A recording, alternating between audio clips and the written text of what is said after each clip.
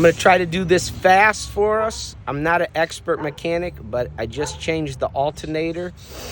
And I feel like I found the quickest way that I've looked at videos, and I didn't feel like they were easy. So this is what I came up with.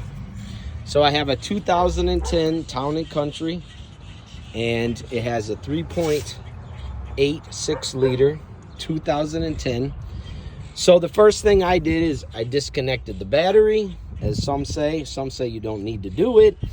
Then I disconnected this cable. Well, I disconnected the wire that holds this right here.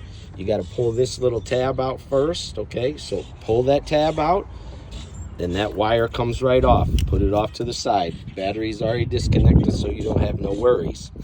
Now, I battled trying to figure out how to get to the tensioner because the socket does not fit well where you can have the socket and the wrench. It's right there.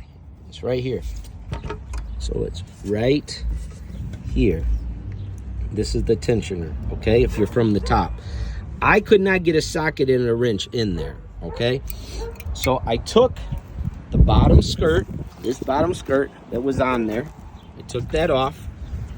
It only has a couple bolts that held it on right here. So right here, there was 2 bolts that held it on, okay? Then you can get to the tensioner. Here's the tensioner, okay? Now, I didn't use a socket. Even from this side, I couldn't get on it. And when I tried to put a box wrench on it, it wouldn't go in. So you need a special one. Well, I ain't got a special one. So I used the tool that everybody's got. Huh? Oh, we all got this? Yeah, we all got that. Okay.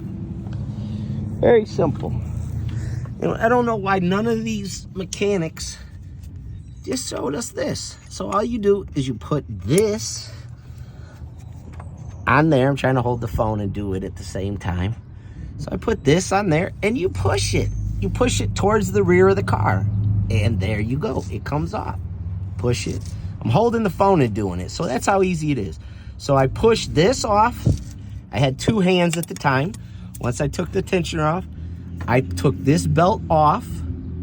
Then I went up top and I took the belt off of the alternator up there. Then I came back down here because I took it off from here.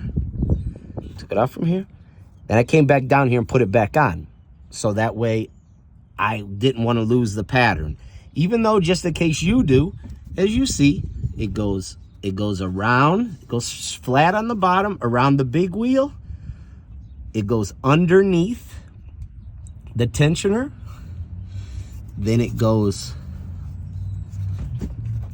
up and over to that one, to that wheel, towards the rear of the car that's on top. Then it's gonna go over and around the pulley.